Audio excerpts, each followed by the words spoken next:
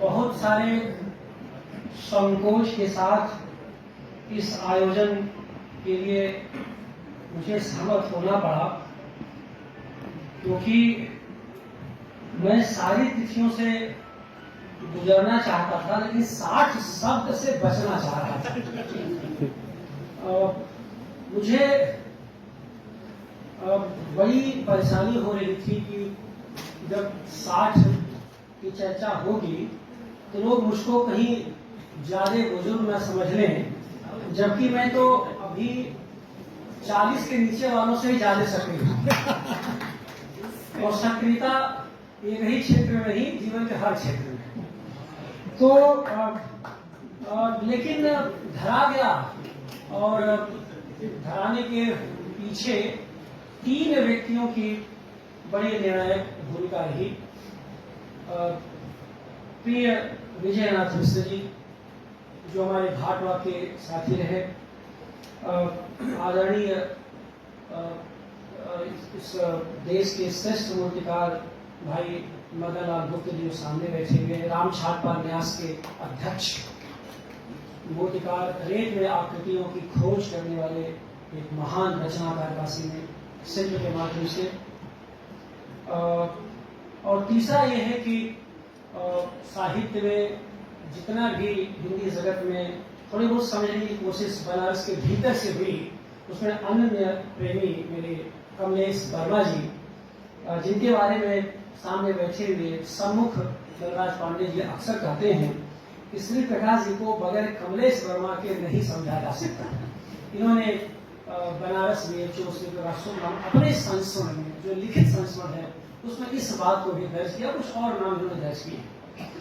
ये तीनों मेरे पास आए, उन्होंने कहा कि ये ऐसा है, और तो मैंने कहा कि भाई मैं 60 शब्द को एक संक्रमित होते हुए देखना चाहता हूँ कि बड़ा खराब लग रहा मुझको। तो खैर कमलेश जी ने कहा कि नहीं, हमने कहा 60 संख्या है जिसका कोई मेरे मतलब नहीं है, हाँ उसका कुछ पाठ हो तो बात दूसरी है।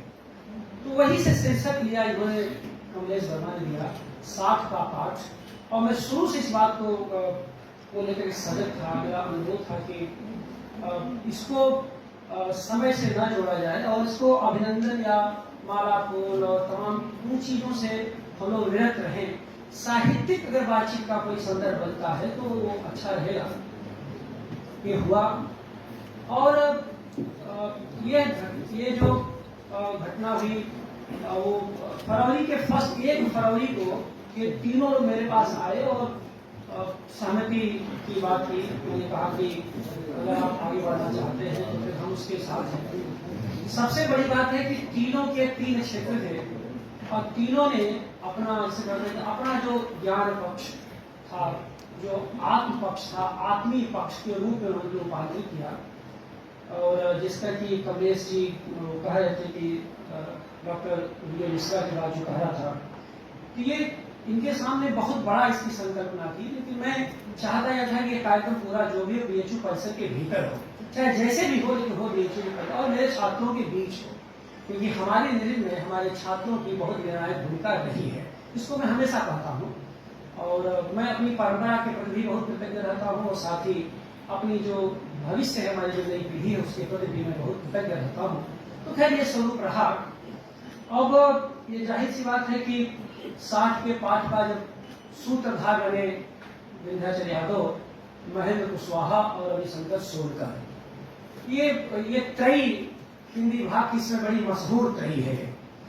और अभी त्रयी देखिए चतुष्टयी बनेगी, एक बाद उसमें छट जाएगी तो भविष्य नहीं करेगा, लेकिन ये है, ये त्रयी है, इसकी बड़ी चर्चा होती है। इन लोगों चौकड़ी तो फिर घबरा जाएगी। तो इन लोगों ने भी लगातार बड़ी मेहनत की, और जब 60 के पाठ का डंका बजा तो जाहिर सी बात है उसकी अनुगूंज भी सुनाई देने लगी। और वो जो इतनी तीव्र अनुगूंज थी कि कई बार मैं तो नहीं, लेकिन ये लोग कई बार विचलित भी हुए। कई बार ऐसी स्थितियां आई कि क्योंकि नए लोग थे, लेकिन मैं अनुभव से जानता था कि अंततः सब ठीक होगा, क्योंकि मेरे पास साहित्य का लगभग 35-40 वर्ष का अनुभव, मेरे पास करीब 10 साल से 5 साल का, तो खैर कि जो पूरा रचनात्मक स्वरूप आप देख रहे हैं, यह इन लोगों की देन है। इसके प्रति मैं बहुत ही कृतज्ञ हूँ। और सबसे बड़ी बात यह है कि जब ये आयोजक मंडल और संरक्षक मंडल में भेजनाथ श्री मदन लाल गुप्त जी और आदरणीय राजेश्वर आचार्य संरक्षक मंडल के रूप में संयोजक मंडल में जो तय थी, इन लोगों ने हिंदी विभाग के अध्यक्ष वशिष्ठ द्विवेदी से संपर्क किया और ये इंसान सीधे को टेलीफोन किया और कहा कि ऐसा चाहते हैं। बड़ी बात है कि वशिष्ठ द्विवेदी ने जो स्नेह दिया, जो मित्र भाव रखा, उन्होंने कहा कि होगा और मैं कोशिश करूंगा कि हिंदी विभाग के कैंपस में ही हो। पहले तो हिंदी विभाग का ही होगा, लेकिन कैंपस में चाहता हूं हो। संयोग यह था कि वहां एसी लगना था, किसी वजह से वो नहीं हो पाया, तो फिर यहाँ पर इस कार्यक्रम से किया, गर्मी को देखते हुए। तो मैं कह सकता हूँ कि जो हमारे अध्यक्ष वशिष्ठ जी, जो हमारे समय के बड़े महत्वपूर्ण गीतकार हैं, उन्होंने एक छोटे भाई के रूप में, मित्र के रूप में जो स्नेह उड़ेला है, बिना नन नच के हर मोड़ पर खड़ा रहे। मैंने आप सोचिए कि जितने क्लियरेंस को लेकर के, जितने पास को लेकर के धार धार दस्तखत करते रहे विंध्याचल के आवेदन पर, ये जो समवेत प्रयास राम छाटपाल न्यास, काशी भारद्वाज विश्वविद्यालय, हिंदी विभाग और पुरिया प्रसंग, जो सर्वाधिक इसका अनुसंग रहा है और सर्वाधिक चर्चा में रहा है, मैंने प्यार भी मिला और कुछ फिक्रे भी मिले, तो उसी पुरिया प्रसंग के कारण मिले। तो मैं सबके प्रति अपना अभिवादन व्यक्त करता हूँ। शहर इस आयोजन में आए हुए शहर के बड़े संभ्रांत जन हैं, उनका अभिवादन करता हूँ। हमारे विभाग के बड़े सीनियर प्रोफेसर आचार्यगण हैं, उनका अभिवादन करता हूँ। देश के बड़े विख्यात लेखक, रचनाकार, कलाकार आए हुए हैं, सबके प्रति मैं अपना अभिवादन व्यक्त करता हूँ। और सबसे अधिक तो व्यक्त करता हूँ भाई सूर्य नारायण के प्रति और कुमार विजय के प्रति। कल की बात एक पुस्तक रचनावली पत्रिका में लोकार्पित हुई थी, पिछले ठीक 18 मई को हिंदी भवन परिसर में। तब से सूर्य नारायण ने सोशल मीडिया पर लगातार अलग जगाए रखा है, करिए, मैंने विंध्याचल से करिए, मैं आऊंगा। अकेले यही व्यक्ति रहे जो 1 साल से कह रहे थे मैं आऊंगा, और वो आए और दौड़ते हुए आए, धावत आए। और उनके साथ पूरा वीरेंद्र का वो पूरा रहा, तमाम जो हमारे मित्रगण रहे। मैं इसलिए सूर्य नारायण इलाहाबाद के दिनों के मेरे समकालीन मित्र हैं। मैं इनसे उम्र में थोड़ा बड़ा हूँ, क्योंकि मैं पॉलिटिकल साइंस हिंदी में आया हुआ था, तो वो एक गैप है 4-5 साल का। लेकिन सूर्य नारायण ने जो बड़े भाई का बड़प्पन दिखाया और बहुत सारे लोगों से जीवन में संबंध बने बिगड़े, सूर्य नारायण से आज तक मित्र भाव से इन्होंने इतना सम्मान किया कि एक भी वाक्य ना इन्होंने मेरे खिलाफ कभी बोला, ना मैंने इनके खिलाफ इनकी शान में गुस्ताखी की होगी। ये इलाहाबाद इतने सारे मित्र आए गए, चले गए, बहुत सारे विकट रहे, फिर निकट रहे, फिर प्रकट हुए, फिर संकट मोचक हो गए, तमाम संकट में चले गए। तो विकट से लेकर संकट तक की तमाम यात्राएं रही। एक सूर्य नारायण रहे जिन्होंने 1 वर्ष से इस बात को लगातार कह रखा विंध्याचल से कि तुम करो, मैं आऊंगा। उधर अमरजीत को रोज ललकारते थे इलाहाबाद में, जो हमारे हनुमान है अमरजीत मैं हनुमान कहता हूँ, कब बनारस में कब इलाहाबाद पता ही नहीं चलता। तो ये सारी चीजें थी। और इसके अलावा मैं इस अवसर पर, चूंकि ये धन्यवाद का ही अवसर है, मैं क्या कुछ बोलूंगा, बोलने वाले हमारे विद्वान साथी बैठे हुए हैं। प्रकाश, हमारे मित्र प्रकाशकों ने जिस मित्र भाव से कार्य किया, आप यहाँ बैठे हुए शायद लोगों को यकीन हो कि जो 3 किताबें मौलिक रूप से इस अवसर पर प्रकाशित हुई हैं, उनकी सबकी पांडुलिपि 1 अप्रैल के बाद रही है। 1 अप्रैल 2025 के बाद प्रकाशित हो गई है। और वो भी प्रकाशकों के लगातार दबाव के बीच। अमिताभ राय उसमें से बैठे हैं, बहुत बड़े आलोचक हैं, हमारे मित्र भी हैं, स्नेही जन हैं, अपनी ओर से कि जल्दी भिजवाइए, देर हो जाएगा, ये हो जाएगा। और क्या सुंदर तरीके से उसका अगले सत्रों में लोकार्पण होगा, बाहर किताब लगी हुई आप देख सकते हैं। मेरे जीवन की एक जो सबसे बड़ी उपलब्धि है इस जीवन की, वह किताब है जिसमें मेरे शिष्यों ने, मेरे मित्रों ने, मेरे बड़ों ने जिस तरह का स्नेह दिया है। और वह पढ़ करके मुझे किताब आई, तो मुझे लगा कि शायद जीवन में कुछ कर पाया। कविता, कहानी, उपन्यास की चर्चा तो अलग होती रही, वो संसार अलग है उसका, लेकिन सामाजिक जीवन में जो मैं बुनियादी तौर पर जुड़ना चाहता था, जुड़ता रहा शुरू से ही, वो अस्पताल का दौर रहा हो, भाजपा का दौर रहा हो, किसी के लिए संकट में खड़ा होने का रहा हो, मैंने जाने अनजाने किसी के साथ कभी चीट नहीं किया है, धोखा नहीं किया है।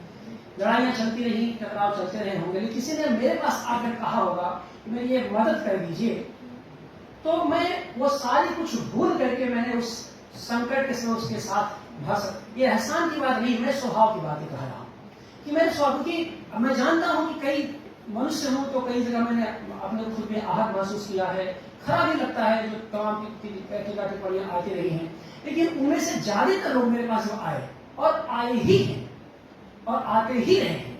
तो उन लोगों के साथ भी मैंने उन सारी बातों को भूल करके उनकी हर संभव मदद की हो, और उस मदद के अगर सूत्रधार एकमात्र जो साक्षी सूत्रधार है तो डॉक्टर विजयनाथ मिश्र हैं। ये साक्षी हैं किन किन लोगों, किन किन ग्रुपों से, किन किन स्वरूपों में मैंने मदद की होगी। मैंने कहा ये चीजें मेरे स्वभाव, वो बातें एक संस्मरण रूप में जिस तरह से आई है, मैं सामाजिक परिसर, और मैं उस सामाजिक परिसर को जब खुद इस किताब के माध्यम से जाना, देखा, समझा, तो मुझे लगा कि मेरे छात्रों ने और खास करके मेरे मित्र प्रकाशक और लेखक अमिताभ राय ने कुछ बड़ा काम किया। और अमिताभ राय कहाँ बैठे, किधर बैठे हैं, वो लगातार इस बात को उनको कहते रहे कि ये किताब आएगी, बहुत सुंदर साज सज्जा के साथ उन्होंने इसको प्रकाशित किया है। सब इस समारोह के लिए सब परिवार दिल्ली से यहाँ आए हुए हैं, सब परिवार, बच्चों के साथ, पत्नी उनकी है, पत्नी उनकी अस्वस्थ हो गई, इस वजह से सवाल नहीं आ पाई है, तो उन सब के प्रति और आखिरी अभिवादन मैं करना चाहता हूँ बड़े भाई सुभाष राय के प्रति। मुझे नहीं मालूम था कि सुभाष राय क्या कर रहे हैं, ठीक वैसे ही जैसे ये नहीं पता था मुझको कि विंध्याचल, महेंद्र, कमलेश मिलकर भी शिवाजी को क्या स्वरूप दे रहे हैं, कुछ मतलब सभागार और इसके बारे में जानता, लेकिन उसके कारण वो स्वरूप क्या हो कभी इसकी चर्चा मैंने करता था, नहीं, मुझे बताते थे। कल शाम को सुभाष जी ने वो राम ठाकुर ना से रात करीब 10:30 बजे थोड़ा उन्होंने संकेत मुझे किया कि ऐसा ऐसा कुछ है और देखिएगा, तो मुझे लगा कि तो, और संयोग यह था कि उसके बाद मैं बहुत थका था, लेकिन तब तक जगता रहा जब तक वह पूरा पेपर ऑनलाइन उपलब्ध नहीं हो गया। तो रात 1 बजे जन संदेश का जो संस्करण था वो ऑनलाइन उपलब्ध हो गया था। तो मैं आपका अभिवादन करता हूँ कि जो मेह आपने दिया, जो छो लिया है आपने, और उसको जिस तरह से सजाया है आपने, और जैसे वो बहुत बड़ी बात है। बाकी तो देखिए कविता के समय और कविता के संकट, समय के संकट पर ये आपके हरिचंद पांडे, मदन कश्यप जी हैं, ये लोग बात करेंगे, उस पर जाते मैं बातें नहीं करूंगा, लेकिन इतना जरूर है कि कविता ने मुझे लघुता से प्रेम करना सिखाया। अगर मैं कवि न होता तो शायद संसार की छोटी छोटी चीजों पर मेरा ध्यान न जाता। उस लघुता से प्रेम करने की भाषा जो मुझे मिली है, और समय के दबाव में जितनी बार वो लघुता विखंडित होती गई है, मेरा लघुता के प्रति समर्पण लगातार बढ़ता गया है। ये खास बात है जिसको कि मैं आज के दिन एक कवि के रूप में इसको एक नॉलेज में स्वीकार करना चाहता हूँ। मेरा लगातार ध्यान उन कह सकते हैं कि अरेखांकित, अलक्षित जगहों की तरफ जाता गया, जो जहाँ सामान्यतः सामान्य मनुष्य की या सामान्य लेखक की दृष्टि नहीं जाती। विंध्याचल जी उसका जिक्र करके किया है, इसके लिए मैं बहुत ही वो उनका कृतज्ञ हूँ। दूसरी बात है कि कविता मेरे लिए एक आलोक का आरोहण है, और जब आलोक के आरोहण की बात करता हूं तो मैं अपने ही प्रकाश पर आरोहण की प्रक्रिया से गुजरता हूं। जितना पाता हूं उसको फिर पाने की कोशिश में आगे बढ़ता चला। तो इसी में एक तरह का आलोक का आरोहण करता हूं, और आलोक जो करता हूं तो आलोक के जो 3 सूत्र होते हैं, एक तो चेतना है, और दूसरे शब्द हैं, और तीसरे अग्नि है। ये आलोक के प्रकाश के जो प्रमुख आधार होते हैं। जो शब्द का आधार मुझे मिला, चेतना और अग्नि तो था ही, तो शब्द का आधार मिला। इसके दायरे में मैंने कुछ कोशिश की लिखने की जो आपके सम्मुख है, और उसके पाठ और तमाम सारी चीजें आप कर सकते हैं। अब इससे हुआ ये कि मैं केवल कविता या साहित्य आलोचना या संस्करण लिख कर रखता नहीं गया। मैंने कोशिश की कि उस सामाजिकता का थोड़ा विस्तार भी होता है। आप यकीन नहीं करेंगे, बनारस के दिग्गज संगीतकार और महान जल तरंग वादक मंच पर बैठे हुए हैं आदरणीय पद्मश्री आचार्य जी। मेरी कविता मणिकर्णिका का जब इन्होंने पाठ किया जो क्षीर सागर में, मणिकर्णिका के प्रज्वलित चिता के सम्मुख आकर आज के 8 साल पहले, आज के 6 साल पहले, तो मैं इतना अभिभूत हुआ था उस दृश्य को देख करके। और जाहिर सी बात, संगीत में आप सब जानते हैं आरोह अवरोह की छटा तो संगीतकारों पर जाके होती है। मुझे लगा कि नहीं, कहीं कुछ बातें हैं जिन पर हम लोग चर्चा आगे कुछ कर सकते हैं। तो सामाजिकता का जो स्पेस है उसने मुझको जो है आत्मविश्वास भी दिया और आत्मगौरव का भाव भी मेरे भीतर जगाया। और लगातार फिर मैं वर्तमान से विरासत की तरफ जोड़ता गया और भविष्य की तरफ ध्यान मेरा होता चला। मैं इस बात को जानता था कि वर्तमान कुछ नहीं है, निरंतर का विकसित होता हुआ भविष्य है। वर्तमान कुछ नहीं है, ये जो छवियां हैं, जो तस्वीरें हैं, ये सब समाप्त हो जाएंगी, ये सब अतीत हो जाएंगी या कुछ भविष्य बन के प्रकट होंगी सामने। तो ये स्मृतियां हैं, स्मृतियों के बगैर तो कुछ कर नहीं सकते। तो स्मृति का जो बड़ा संकट आया था, उस स्मृतियों को जीने की बार बार मैंने कोशिश की है। यद्यपि मैं बार बार एक बात और आखिरी बात कहना चाहता हूँ कि गालिब की उस शेर के उस संबंधों को, संदर्भों को भी जानता हूँ मैं। इस अवसर पर गालिब ने कहा था कि भाई बहुत कुछ करना चाहा लेकिन बहुत कुछ हो नहीं पाया, करने की लालसा तो रही, बहुत कुछ कर गुजरने की जिद भी रही, लेकिन शायद बहुत कर नहीं पाया। एक संशय, लेखक का जो संशय है, गालिब का शेर है, सुखन में खामिए गालिब की आतिश अफसानी, सुखन में खामिए गालिब की आतिश अफसानी, यकीन हमको भी है लेकिन इसमें दम क्या है। तो आग जो रचना में आग है, वो तो मैंने कोशिश की कि जितना भी हो सके परिवर्तन की, सामाजिक आकांक्षा की, मुक्ति की। जैसे मैं बार बार कहता हूँ, कविता मेरे लिए मुक्ति का शांति दूत रही है। मैं लगातार कविता को मुक्ति के शांति दूत के रूप में देखता हूँ। आप देखिए, और मैं ये कोई ऐसा नहीं कोई मैं भाषण देने के लिए कुछ इस तरह का, अभी आपने तद्भव मेरी कविता आपने पढ़ी होगी कुछ लोगों ने, आलमी कदार, जब गाजा पर इजराइल की बमबारी हो रही थी तो जोकर था आलमी, सारे परिवार उसका तबाह हो गया था, लेकिन उसने बचे हुए बच्चों को अपने घर पर ले करके और वह जोकर के रूप में उनको हंसाने की कोशिश करता था। तो जब समाज में विकराल रुदन हो रहा हो तो कविता हंसाने की कोशिश भी करती है।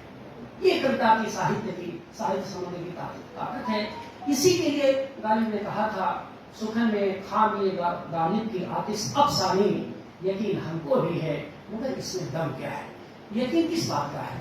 अपने ऊपर आत्मविश्वास कि मैं कवि हूँ, रचनाकार हूँ, साहित्यकार हूँ, बहुत कुछ कर जाऊंगा। यकीन हमको भी है मगर इसमें दम क्या है। अब दम की बात करके क्या इस समाज में पहुंच रहा है।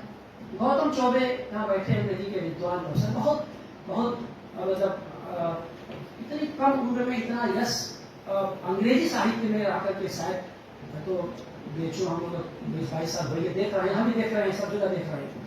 तो एक उपन्यास हिंदी का लिखा चक्का जाम, और चक्का जाम का एक हिस्सा था वो लेन देन की बातें आती है, बहु घर में आती है। वो मैंने गौतम बहुत टिप्पणी मैंने की थी। तो बहु घर में आती है तो वो उसको घूंघट रखा जाता है और गांव वाले आते हैं तो रुपया देके चले जाते हैं। तो कहती है कि वो सास कहती है, वो दिखाई में इतना कम पैसा कैसे मिला, भोजपुरी का वेश है, इतना कम पैसा। तो जो बहू कहती है कि तू दूसरे के बहू के पैसा दे रहा तू तब पैसा मिला, भाई दूसरे की मुंह दिखाई में जो पैसा दोगी तो तब तो रिटर्न आएगा। इसका क्या मतलब है? यहाँ नई पीढ़ी के हमारे बहुत सारे प्यारे छात्र बैठे हुए हैं, जितना दोगे उतना ही कभी तो वापस देंगे, बिना दिए कभी नहीं मिल सकता। इसलिए देना कोई आभार या कृतज्ञता ज्ञापन नहीं है कि आपने बड़ा एहसान किया है। देना खुद के लिए पाना है। इस बात को हमारे छात्र हमेशा याद रखना। तुम्हारा चरित्र, तुम्हारी उदारता, तुम्हारी उदात्तता, तुम्हारा बड़प्पन, तुम्हारा नेह, तुम्हारा बड़ों के प्रति सम्मान, जितना ही दोगे, हम जो है अपनी विरासत को जितना ही देंगे, हमें भविष्य उतना ही वापस करेगा। इसको हम सदैव कहते हैं आज के दिन कि अगर आदरणीय नामवर जी न होते बीएचयू एक्सपर्ट समिट में तो बहुत सारे लोग होते, लेकिन उससे कभी बीएचयू मैं न होता, ये दावे के साथ कर सकता हूं। ये छोटा नहीं होना है, ये खुद को बड़ा करना है, क्योंकि अपने उन पहचानों के बारे में कृतज्ञ होना है। तो कहने का है कि जो जब नामवर की धरती किताब लिखा मैंने, तो हमारे समकालीनों ने से लेकर के जो वरिष्ठ जिनके पांव आज लटके हुए हैं, मैंने जाने की तैयारी पूरी है, जो 90 साल, उन्होंने जानते क्या टिप्पणी की थी? एक तो कृतज्ञता ज्ञापन की थी। नामवर की धरती को बीएचयू के से लेकर के बाहर की दुनिया के श्रेष्ठ रचनाकार जो नामवर से खुद चिढ़ते थे, और जिनके बनाने नामवर सिंह ने सब कुछ स्वाहा कर दिया, सब कुछ दाम लगाया, उन्होंने कहा कि कृतज्ञता ज्ञापन की एहसान की अदायगी कुछ नहीं, बिना पढ़े टिप्पणी कर दिया था। जैसे कि एक बड़े महान दलित चिंतक एक रविदास वाली में बड़ी किताब आई, भक्ति का लोकवृत्त और रविदास की कविता आई, तो बिना पढ़े वो क्षेत्र ने छापा है। और तो कहा कि अरे ब्राह्मण क्या लिखेगा रविदास पर? तो उन्होंने ब्राह्मण, यहाँ पर जगन्नाथ बैठे हैं सुन रहे होंगे, एक विद्वान जी से कहते हैं, कहा क्या ब्राह्मण होना ये रविदास पर लेखन नहीं करना है? मैंने जान गया ब्राह्मण आदमी क्या लिखेगा रविदास पर। तो जिस समाज की स्थितियां ऐसी हों, जो अपने को बौद्धिक लोग कहते हैं, उस समाज में काम करना कितना चुनौतीपूर्ण होता है। कई बार आप अवसाद में भी जाते हैं, लेकिन मैंने निरंतर अवसाद पर विजय पाने की कोशिश की, और अवसाद ही कई बार मेरे लिए प्रसाद बन करके आया है। तो अवसाद भी प्रसाद है। और आखिरी बात मैंने विजय मिश्रा की जब मुझसे पूछा था, एक बार बड़े हमारे यहाँ बाढ़ग्रस्त जो उन्होंने लिखा भी है, तो उन्होंने कहा कि सर आपके खिलाफ इतने हमले होते हैं विभाग के भीतर बाहर भी, तमाम सारे लोग, मतलब जिनकी जिससे कोई रिश्ता आपका नहीं, जिन्हें आपने बिगाड़ा, आप हमेशा चुप रहते हैं, कुछ बोलते ही नहीं। मैंने कहा कि खराब बहुत लगता है, लिखा मैंने, और उन्होंने नोट किया है। मैंने कहा बुरा बहुत लगता है, लेकिन अब जो है गुस्से को प्रकट नहीं करता, उसको रचनात्मक विस्तार देता हूँ। शायद मेरा लेखन अब तक का उसी पचाने का जो हजम किया है, उसकी प्रक्रिया की शायद कोई परिणत है। अगर उसमें कुछ मिला तो आप सबके प्रति मैं आभार व्यक्त करता हूँ। जितने मित्र यहाँ पर आए हुए हैं, सभागार शुरू में आधा भरा था, इस समय आपने पूरा भर दिया, और पूरा भरने के साथ मेरा मन भी पूरा भर गया है। बहुत आह्लादित हूँ, बहुत खुश हूँ, और अंत में घर जाना है, इसलिए सुनीता जी के बारे में मैं जरूर कुछ कहना चाहता हूँ। मेरे रचनात्मक विकास में, विस्तार में जो कुछ है, मैं देखिए दिखने में जितना सीधा दिखता हूँ, और कई लोग कहते सीधा खतरनाक व्यक्ति जो भी कहते हो, तो मैं उतना सीधा नहीं हूँ। मतलब ये है कि जो मैं ठान लेता हूँ, जो मुझे करना हो तो करता हूँ। इससे मेरी पत्नी भी कई बार बड़ी विचलित होती है, समझाती है, लेकिन मैं कहा ठीक है, कई बार अलग थलग पड़ जाती, कहती कि आप सुनते नहीं, समझते नहीं। अंत में ये मानती हैं, जब इनको घुमा टहला देता हूँ, एक संस्मरण लिख देता हूँ, तो मान जाते हैं हाँ कुछ तो है। तो मैं अपनी सुनीता जी के प्रति आज के दिन बहुत कृतज्ञ हूँ कि इन्होंने कभी मेरे लेखक पर अपने पत्नी होने का दबाव नहीं बनाया। इन्होंने लगातार मुझे मुक्त रखा, और आज से नहीं, मैं फिर शादी के दिन से ही हूँ, मतलब कोई पहली बार नहीं, उसी के दिन से मैंने कहा ये मेरा क्षेत्र है। इतना के बाद जो बचेगा सब आपके लिए है। और मेरे बच्चे, हमारा आगे बेटी तो नहीं आ पाई, हम लोग आज बहुत मिस कर रहे हैं, लेकिन आगे जहाँ बैठे हुए हैं, तो इन लोगों की पढ़ाई लिखाई में मतलब मेरी कोई भूमिका नहीं है। इन्होंने पढ़ाया लिखाया, और सब आज एक अच्छी जगह पर पहुंचे हैं। उनके निर्माण में मेरी कोई भूमिका नहीं, मेरी भूमिका तो अपने निर्माण में रही, लिखने वाले में। बहरहाल इस पूरे परिवार के लोग भी हैं, हमारे मित्र मंडल है, हम हिंदी विभाग के हमारे साथ के आशीष प्रभाकर वगैरह मिले जी वगैरह हैं, ये लोग भी सब यहाँ बैठे हुए हैं। तो सबके प्रति मैं अपना आभार भी करता हूँ, और बहुत ही कृतज्ञ हूँ, आभारित हूँ। और ये भी है कि मेरे जीवन में कई बार आपकी अपेक्षाएं पूरी नहीं हो पाती। मैं बार करता हूँ कि आपकी इच्छाएं पूरी नहीं हो पाती, लेकिन कई बार ऐसा भी होता है उस अधूरी इच्छाओं से ये जीवन आगे चलता है। इसलिए इच्छाओं का अधूरापन अगर आप में सृजनात्मकता है, तो वह पूरा पल की यात्रा है, पूरे पल की यात्रा है, तो कहीं नहीं है, लेकिन यात्रा वो पूरे पल की है। और एक नाम मैं सामने देख रहा था, वशिष्ठ नाथ त्रिपाठी जी बैठे हुए हैं। मैं इनका नाम छूट गया था। मैं वशिष्ठ नाथ त्रिपाठी का बहुत सम्मानित तरीके से आदर और आपको प्रणाम करता हूँ, पूरे सभा को मैं प्रणाम करता हूँ।